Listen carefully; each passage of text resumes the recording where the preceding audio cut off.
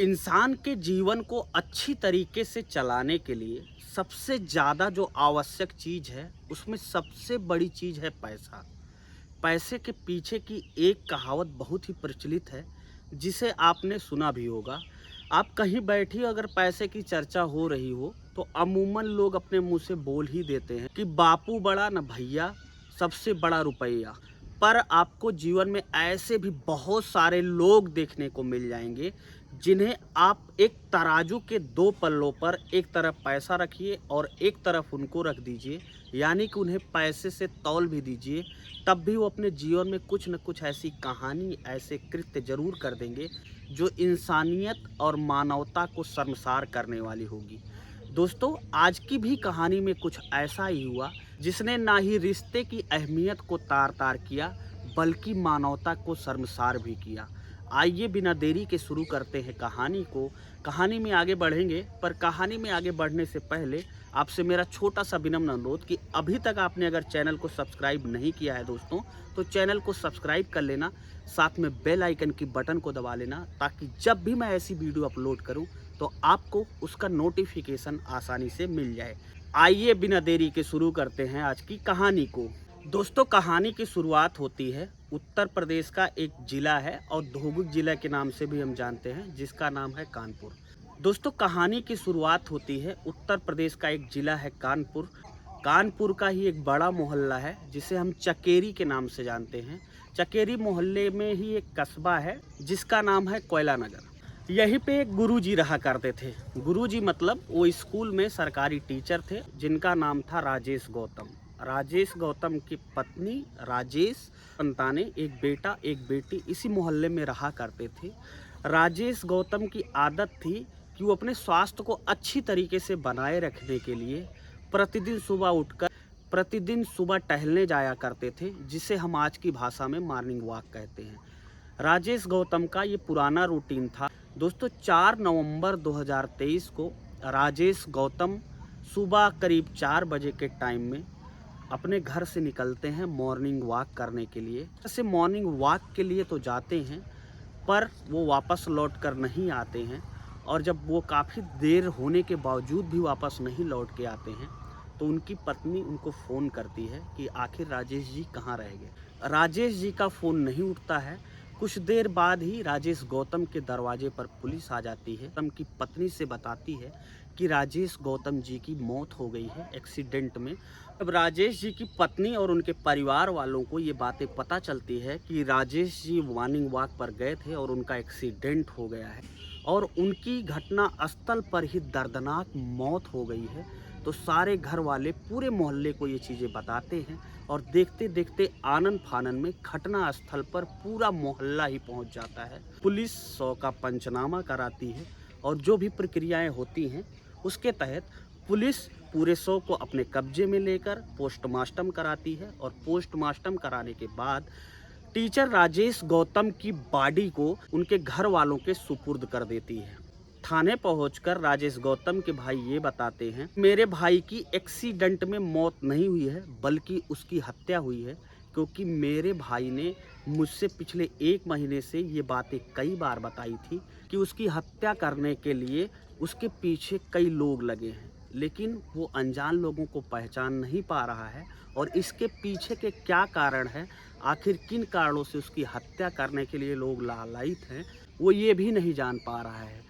अब जब ये सारी बातें राजेश गौतम का भाई थाने में बताता है तो थाने वालों के हाथ पांव फूल जाते हैं। दोस्तों, जैसा कि आपको पता है, अगर ऐसी घटनाएं ग्रामीण क्षेत्र में होती है तो पुलिस वहां पर जो उनके गुप्तचर होते हैं, किसी भी मामले का पर्दाफाश करने के लिए अपने उन छोटे छोटे गुप्तचरों का सहारा लेती है। लेकिन अगर कोई क्राइम की घटना शहर के अंदर घटित होती है, पुलिस सबसे पहले उस घटना का पर्दाफाश करने के लिए सीसीटीवी कैमरों का सहारा लेती है।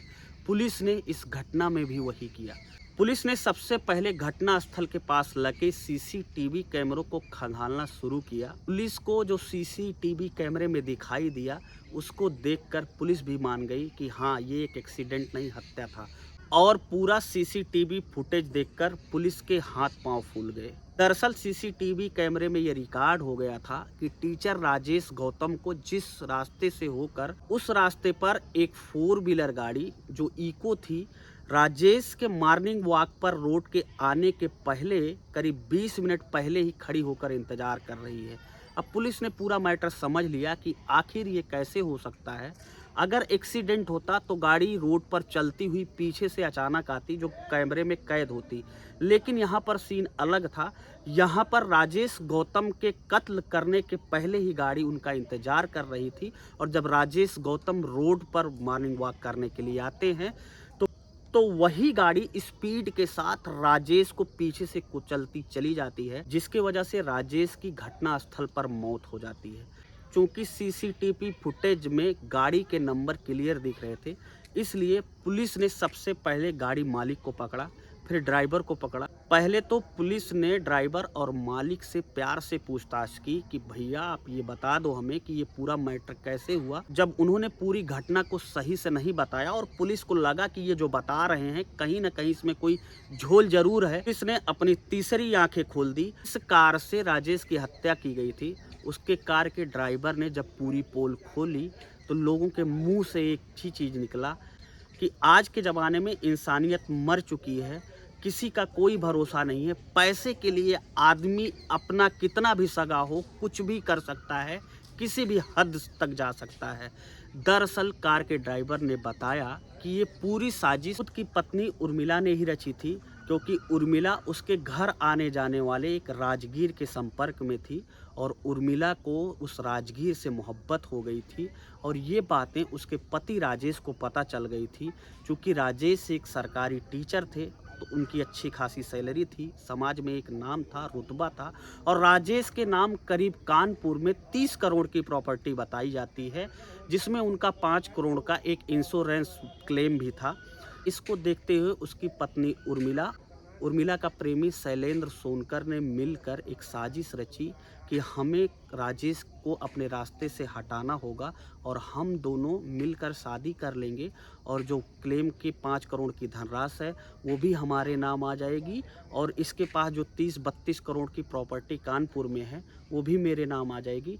हम दोनों मिलकर अपना जीवन प्यार से यापन करेंगे, कोई भी इन बातों को पकड़ ना पाए, इसलिए उन्होंने मॉर्निंग वॉक का टाइम रखा और उसकी पत्नी और उसके पत्नी के प्रेमी शैलेंद्र सोनकर ने दोनों ने ये रणनीति बनाई कि हमें राजेश को कुछ इस तरीके से रास्ते से हटाना है कि देखने वाला ये ना समझ पाए कि इसकी हत्या हुई है और राजेश गौतम की हत्या की पूरी साजिश रची। लेकिन इनकी साजिश अब पूरी नाकाम हो गई और पूरे घटनाक्रम का पुलिस ने चुटकियों में निवारण कर दिया। दोस्तों ये पूरी घटना जब सोशल मीडिया, न्यूज़पेपरों और टीवी पर अगले दिन प्रसारित हुई तो जिसने भी इस घटना को देखा उसके मुंह से एक ही चीज़ निकला कि क्या कोई पत्नी अपने ही पति की पैसों के लिए इस तरीके से प्रेमी के साथ मिलकर हत्या करा सकती है। पूरी घटना ने ना ही इंसानियत को शर्मसार किया बल्कि पति पत्नी जैसे पवित्र रिश्ते को भी कलंकित किया। दोस्तों ये छोटी सी कहानी आपको कैसी लगी हमें कमेंट बॉक्स में ज़रूर बताएं। चैनल अभी तक सब्सक्राइब ना किया हो तो चैनल को सब्सक्राइब कर लेना। मिलूंगा ऐसी एक नई वीडियो के साथ आपको जल्द ही, तब तक के लिए जय हिंद, वंदे मातरम।